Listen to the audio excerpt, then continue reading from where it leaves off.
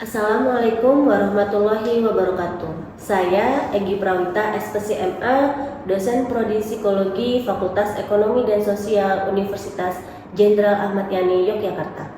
Pada kesempatan ini, saya akan menjelaskan mengenai deskripsi diri dalam bidang pengajaran saya. Saya mengampu mata kuliah metode penelitian kuantitatif sebesar 2 SKS. Jumlah pertemuan pada mata kuliah ini adalah 14 pertemuan dengan durasi 100 menit di setiap pertemuan. Mata kuliah ini ada pada semester genap dan termasuk dalam rumpun mata kuliah metodologi penelitian dasar.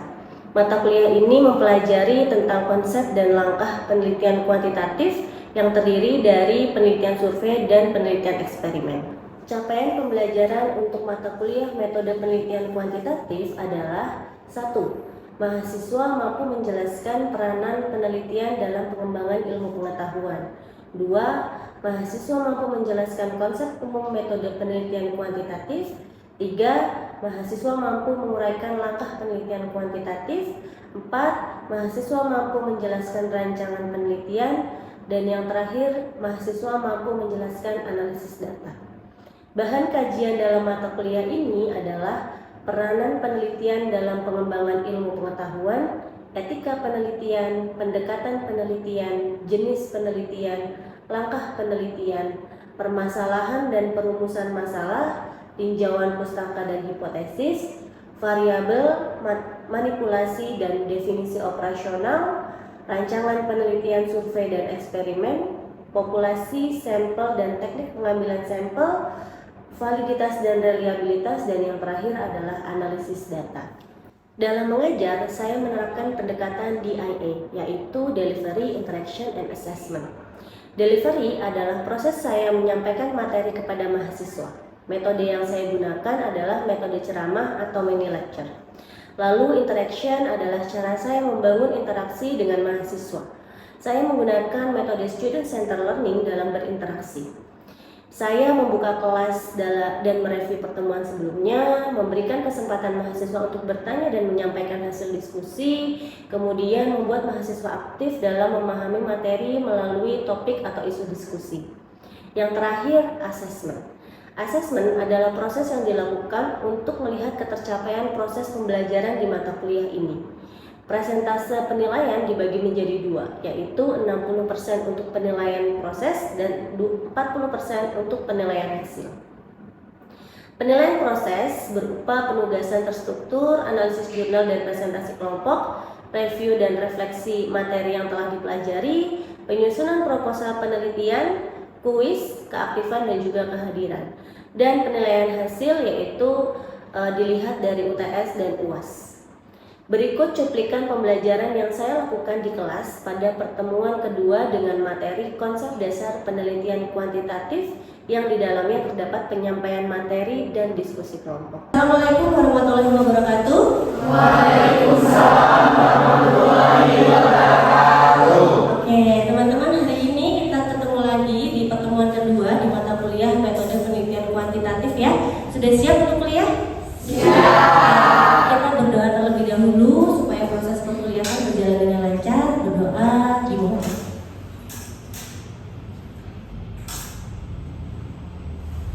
Selesai? Oke, hari ini minggu kedua ya, betul, minggu kedua, pertemuan kedua. Masih ingat minggu lalu kita belajar apa saja? Penelitian ya, karena masih baru pertama ya, kita menyetujui kontrak belajar kita. Lalu setelah itu perkuliahan. Setelah itu ada materi yang kita pelajari. Oke, peranan penelitian dalam pengembangan ilmu pengetahuan. Nah, masih ingat itu apa? Apa yang kalian ingat dari materi yang minggu lalu? Boleh? Itu kalau dari minggu lalu itu yang saya Dari itu adalah proses yang dilakukan secara sistematis, empiris dan juga rasional. Nah, manfaatnya itu untuk bertujuan untuk pembuktian dan juga pengembangan. Nah, manfaatnya itu sendiri untuk mengantisipasi penelitian agar tidak ada masalah yang terjadi. Saya seperti itu. Oke, seperti itu ya. Jadi manfaat penelitian untuk pengembangan ilmu pengetahuan adalah sebenarnya untuk update apakah ada pengetahuan baru yang harus kita pelajari atau tidak dengan cara-cara yang sistematis, logis, dan empiris. Seperti itu ya. Hari ini kita akan belajar tentang konsep dasar penelitian. Sudah siap semua? Siap ya. Nah, sebelum saya masuk ke materi, menurut teman-teman, ketika saya bilang apa sih penelitian? Menurut kalian apa? Ada hitungan. Ada hitungan, terus apa lagi? Berkaitan dengan angka, apa lagi? Ya, semua itu betul ya. Jadi kalau kalian ditanya apa sih penelitian, itu loh pokoknya yang ngitung-ngitung, pakai statistik, pakai SPSS, betul ya? Sudah dapat? Sudah. Oke.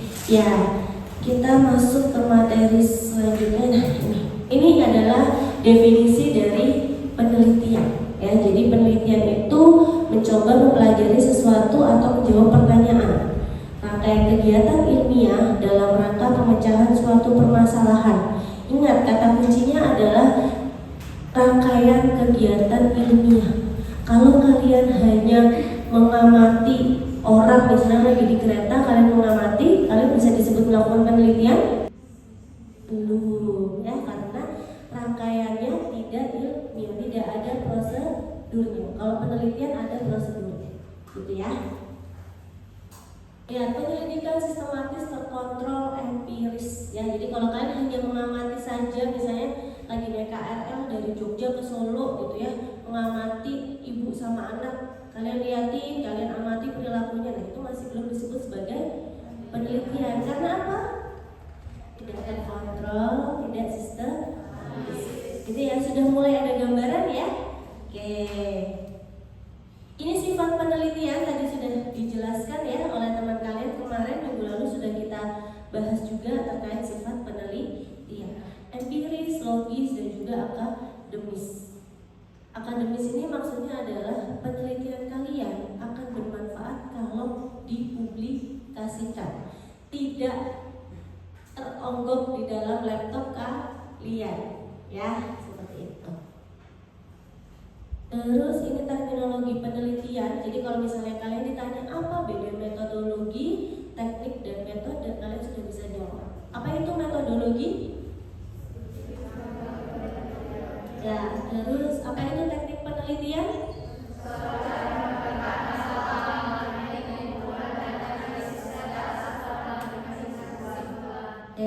Apa itu metode penelitian?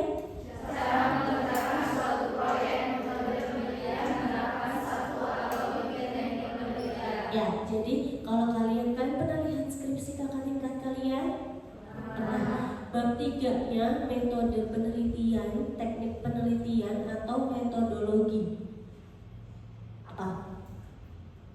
Metode ya, metode penelitian. Karena di dalam metode penelitian akan banyak tekniknya.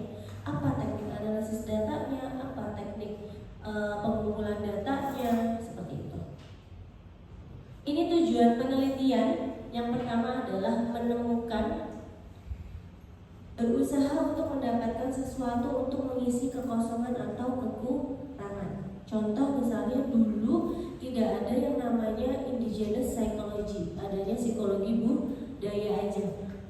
Tapi karena sekarang kehidupan semakin berkembang, semakin kompleks, maka jenis psikologinya bertambah. Tidak hanya psikologi budaya, tapi ada indigenous psychology. Dapatnya dari mana? Dari penelitian. Terus mengembangkan, memperluas dan menggali lebih dalam apa yang sudah ada. Contoh misalnya dulu vaksin COVID hanya ada satu jenis, gitu ya. Tapi karena ada proses penelitian yang dilakukan untuk upaya pengembangan, maka jenis vaksin COVID ada banyak, gitu ya. Dan mengkaji kebenaran dilakukan jika apa yang sudah ada masih atau menjadi keraguan. Jadi intinya adalah benar nggak sih seperti itu? Bahkan sekarang sudah banyak penelitian-penelitian yang mengkaji tentang efek dari vaksin COVID ya. Nah itu untuk mengetahui apakah betul. Dulu penelitian memang bilang kalau vaksin COVID tidak ada efek samping yang berarti, tapi karena muncul keraguan, akhirnya dilakukan penelitian. Maka tujuan penelitian adalah mengkaji kebenaran. Gitu ya. Oke. Fungsi penelitian ada basic research, ada applied research, dan juga evaluation research. Basic research ini ya penelitian yang bukan untuk praktis, jadi kayak skripsi kalian besok, terus misalnya kalian S2 maka mengerjakan tesis, maka itu masih masuk ke dalam basic research. Kalau applied research itu adalah tujuannya untuk aplikasi praktis, tadi penemuan vaksin COVID, terus sama penemuan mobil dengan tenaga hidrogen misalnya kayak gitu ya, dan nggak listrik lagi nih sekarang, hidrogen misalnya kayak gitu. Maka itu sudah applied research. Kalau evaluation research untuk memantau atau menentukan program atau praktik klinis secara efektif dalam mencapai tujuan. Ini biasanya ada di setting-setting kesehatan untuk mengevaluasi apakah bentuk intervensi yang diberikan itu memiliki dampak atau tidak. Oke ya. Nah, dalam proses penelitian teman-teman harus mempelajari yang namanya etika penelitian. Ya, apa itu etika? Gitu ya. Jadi kalian kalau misalnya bagaimana etika bertemu dosen, ketok pintu gitu ya. Sama penelitian juga ada caranya, ada tata cara tertentu. Yang paling penting adalah informed consent. Ingat kalian adalah orang psikologi. Besok kalau kalian penelitian yang menjadi subjek atau objek penelitian kalian adalah manusia. Berarti manusia kan punya hak ya, punya hak untuk menentukan iya atau enggak gitu. Jadi ya kalian harus mendapatkan persetujuan dari partisipan kalian. Disebut dengan informed consent. Terus ada deception, itu menyamarkan tujuan utama agar subjek penelitian jujur dan terbuka dan disampaikan pada the briefing. Kalian pernah menjadi partisipan kakak tingkat kalian? Tahu nggak variabel apa yang diukur? Enggak kan? Karena apa? Karena tidak mungkin tertulis dengan jelas kuesioner ini dilakukan untuk judul penelitian ini. Tidak pernah lihat ya, untuk penelitian psikologi tidak ada ya. Karena kita orang psikologi itu harus yang namanya menyamarkan tujuan penelitian. Supaya apa? Supaya ketika partisipan mengisi itu ngisi benar-benar sesuai dengan kondisinya, bukan sesuai dengan judulnya. Kalau judulnya kecemasan akademik, dibagus-bagusin nggak kalian ngisinya? Iya. Tuh, itulah tujuannya kenapa ada yang namanya deception. Lalu selanjutnya ada debriefing, info sifat dan tujuan penelitian. Di intro biasanya ada di pengantar, atau kalau misalnya pengambilan datanya secara langsung maka disampaikan di awal. Terus confidentially, kerahasiaan subjek penelitian dalam hasil penelitian. Jadi kalian kan besok skripsi ya, skripsi mengerjakan penelitian, biasanya hasil dari skripsi itu akan diujikan di dalam ruang sidang. Nah, di dalam ruang sidang peneliti itu tidak boleh memberikan secara gambling nama partisipan kalian. Oh, menurut si Cinta Laura dia menyampaikan tidak boleh seperti itu, tapi kita harus memberikan kode untuk para partisipan kita. Ya, jadi selain menjaga kerahasiaan dalam proses penelitian, dalam proses penyampaian atau publikasi hasil penelitian itu juga harus dirahasiakan, gitu ya. Dan juga plagiarisme, memperoleh informasi tanpa mencantumkan sumber utama. Plagiarisme itu intinya adalah kalian melakukan plagiasi, ya, menempel mentah-mentah apa yang dituliskan oleh orang lain tanpa dikutip sumbernya, itu tidak boleh, ya, seperti itu. Etika penelitian sudah paham? Ada yang mau ditanyakan? Sudah ada bayangan ya? Oke, kita lanjut. Ini jenis-jenis penelitian ada 3 jenis ya, berdasarkan manfaat, berdasarkan tujuan, dan juga berdasarkan dimensi waktu. Ini berdasarkan manfaat, ada penelitian murni dan penelitian terapan, tadi yang sama seperti basic research dan applied research. Besok kalian melakukan skripsi, berarti penelitian kalian masuk adalah penelitian murni.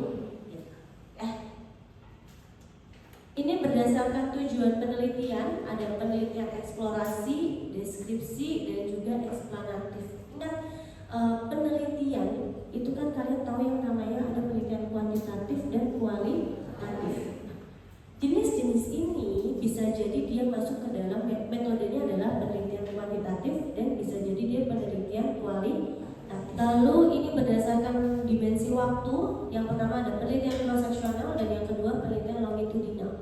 Penelitian cross-seksional itu waktunya relatif pendek.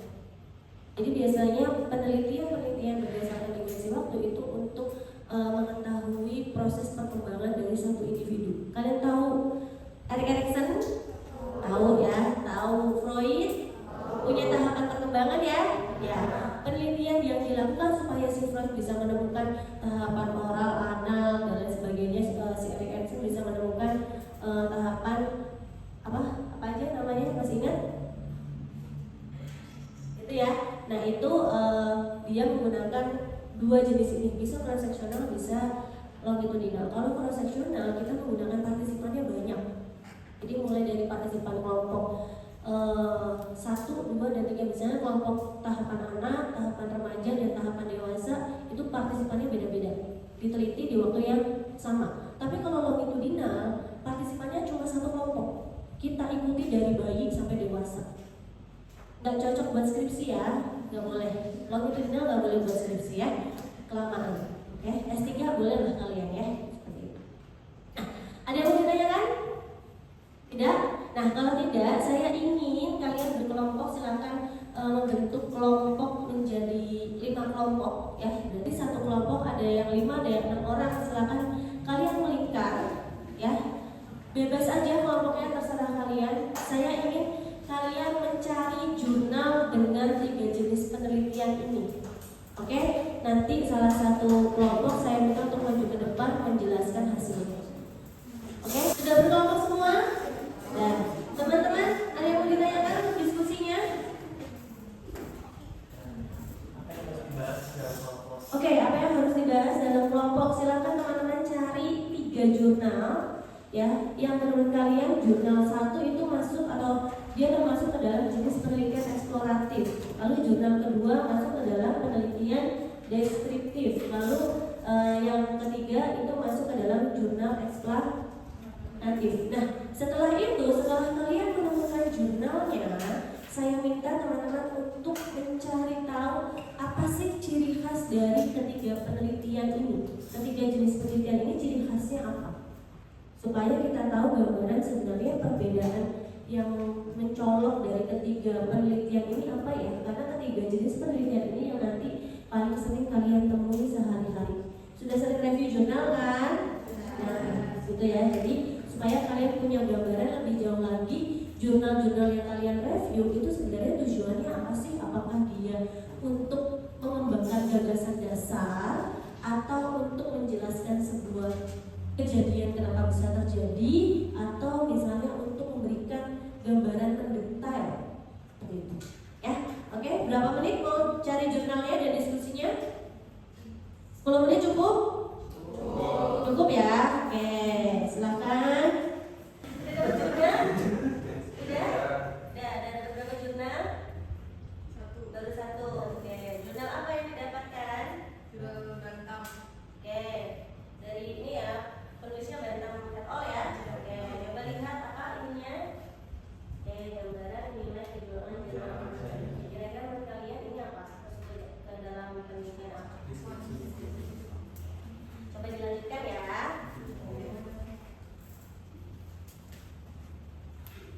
Sini udah dapat jurnal? Udah, jurnal yang mana? Gumilang et al. Judulnya apa?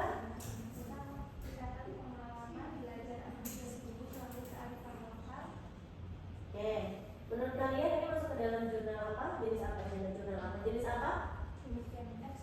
Eksplorasi. Oke, silakan dilanjutkan untuk mencari yang lain ya. Sudah selesai? Kelompok mana yang maju ke depan menjelaskan hasilnya? Kelompok mana? Ini kelompok yang paling banyak laki-lakinya. Ya, pilih satu sini hasilnya. Silakan dibacakan. Ya boleh, sini maju. Di sini aja, di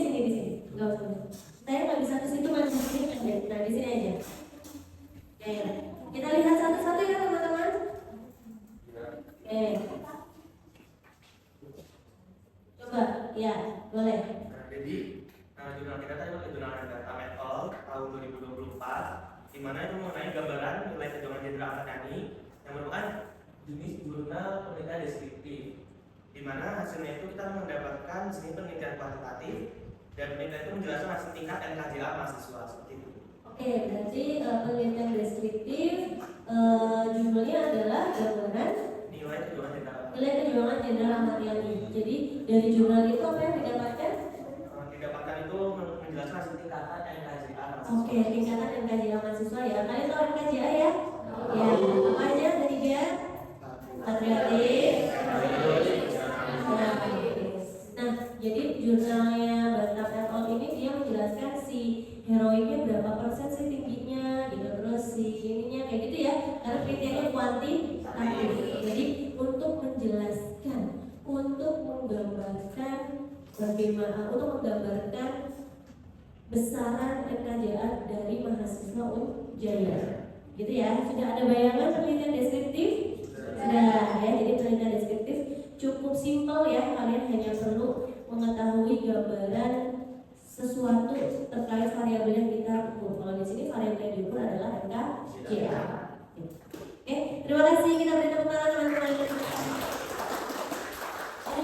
Selanjutnya ukuran penelitian eksploratif dan eksplanatif ya. Kira-kira siapa ya? Yang tadi ini sini. Nggak nyampe. Yang sini. Siapa yang mau bilang? Dari situ aja nggak apa-apa deh, berdiri tapi ya. Jurnal apa yang didapatkan? Ya, jadi jurnal yang kita dapat itu adalah jurnal Gumilang et al. Oke, Gumilang dan kawan-kawan tahun 2024. 2024. Oke. Jurnal ini tuh membahas tentang tingkatan kemampuan belajar anak usia dini melalui kearifan lokal, yaitu di mana ini adalah penelitian kualitatif. Penelitian kualitatif. Jenisnya apa? Eksploratif, eksplanatif? Jenisnya adalah eksploratif. Eksploratif, oke. Karena mengembangkan gagasan dasar mengenai kearifan lokal pada pendidikan anak usia dini. Oke, beda ya. Kalau tadi sebenarnya sama-sama judulnya sama-sama gambaran, tapi jenis penelitiannya beda. Yang tadi NKJA penelitiannya kuantitatif. Kalau yang Gumilang tadi penelitiannya kualitatif, kearifan lokal. Jadi untuk menjelaskan namanya apa tadi eksploratif? Eksploratif ya, untuk mengembangkan gagasan dasar. Kira-kira kalau kalian ke PAUD sudah ada belum pembelajaran kearifan lokal? Belum kan? Ya, kearifan lokal itu ya paling diajarkan belum ada semacam kurikulumnya, tapi masih hanya sebatas kebiasaan sehari-hari. Nah, penelitian ini bertujuan untuk mengetahui apakah konsep kearifan lokal ini bisa diterapkan untuk anak usia dini atau tidak, karena dia sudah membuat atau dia sudah melakukan penelitian tentang kearifan lokal, maka dia di situ misalnya sudah ada modulnya, sudah ada pemahamannya, pakem-pakem dari standar sebuah sekolah untuk anak usia dini itu sudah melakukan atau menerapkan kearifan lokal itu sudah ada standarnya.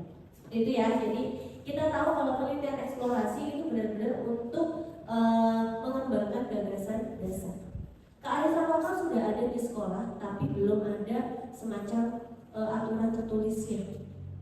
Maka dilakukan penelitian supaya gambaran mengenai kearifan lokal sudah bisa digambarkan lebih detail lagi. Supaya apa? Tujuannya mungkin nanti sebagai masukan untuk dinas pendidikan atau misalnya untuk sekolah untuk mengembangkan yang namanya kurikulum yang berbasis kearifan lokal. Itu penelitian eksploratif. Sudah ada bayangan ya? Oke, kita lanjut ke yang terakhir, berarti penelitian eksplanatif ya. Siapa yang dapat ya? Sini deh, cewek-cewek cantik. Siapa yang mau menjelaskan penelitian eksplanatif dapatnya dari jurnal apa? Triasmoko et al. Triasmoko et al. Oke, judulnya apa? Pengaruh pelatihan terhadap kinerja karyawan PT Pos Indonesia. Oke, pengaruh pelatihan PT Pos Indonesia terhadap kinerja karyawan. Berarti pengaruh pelatihan terhadap kinerja ya. Oke, itu masuk ke dalam jenis eksplanatif. Ya, hasilnya apa? mempengaruhi kinerja. Oke, berarti pelatihan mempengaruhi kinerja ya. Oke, kita lihat di situ bahwa penelitian eksplanatif menemukan penjelasan tentang mengapa suatu kejadian atau gejala bisa terjadi. Kenapa kinerja PT Pos itu bisa naik, bisa turun? Oh, bisa nggak ya kalau misalnya dikasih pelatihan dia bisa naik nggak ya? Dilakukan penelitian. Itu adalah penelitian eksplanatif untuk menjelaskan sebab akibat. Sebabnya adalah ada pelatihan, akibatnya adalah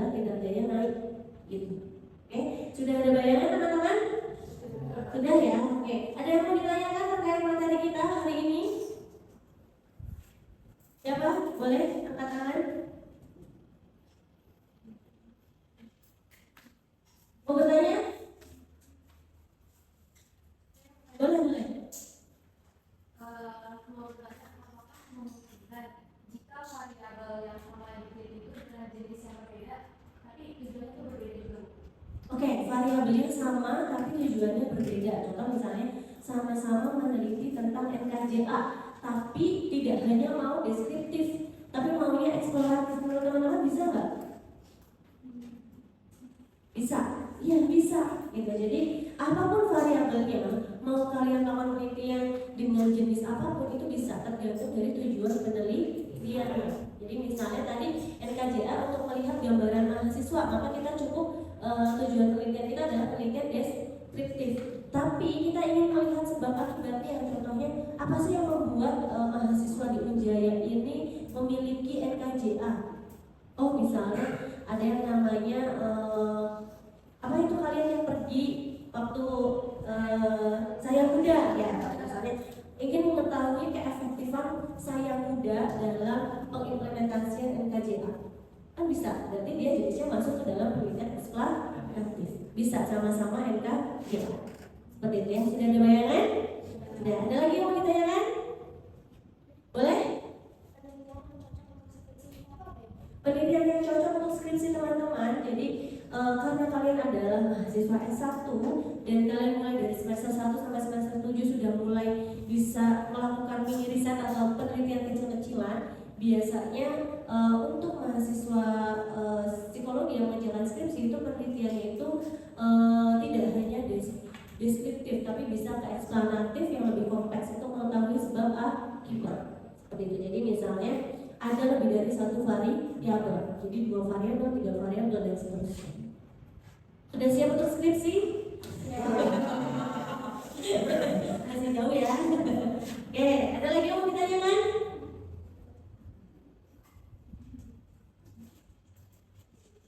Tidak? Oke, kalau tidak saya akan mereview perkuliahan kita pada hari ini. Hari ini kita belajar apa aja tentang etika penelitian ya. Terus kita belajar tentang apa itu penelitian dan juga berbagai macam jenis penelitian. Oke, nah untuk hasil diskusi ini nanti silakan jurnal-jurnal dan hasil diskusi kalian kumpulkan di e-learning ya, di menu pengumpulan materi atau pertemuan kedua. Silakan dikumpulkan oleh perwakilan kelompoknya. Jangan lupa tuliskan nama anggota kelompok. Oke? Sudah jelas ya? Ada yang mau ditanyakan terkait tugas? Tidak? Oke, kalau tidak saya akhiri perkuliahan kita. Kita ketemu lagi minggu depan ya. Oke, terima kasih teman-teman atas waktunya. Mohon maaf kalau ada salah kata. Saya akhiri. Selamat siang. Wassalamualaikum warahmatullahi wabarakatuh. Demikianlah pernyataan diri dosen dalam unjuk kerja Tridharma Perguruan Tinggi atau PDD UKTPT dalam bidang pengajaran saya. Atas perhatiannya saya ucapkan terima kasih. Wassalamualaikum warahmatullahi wabarakatuh.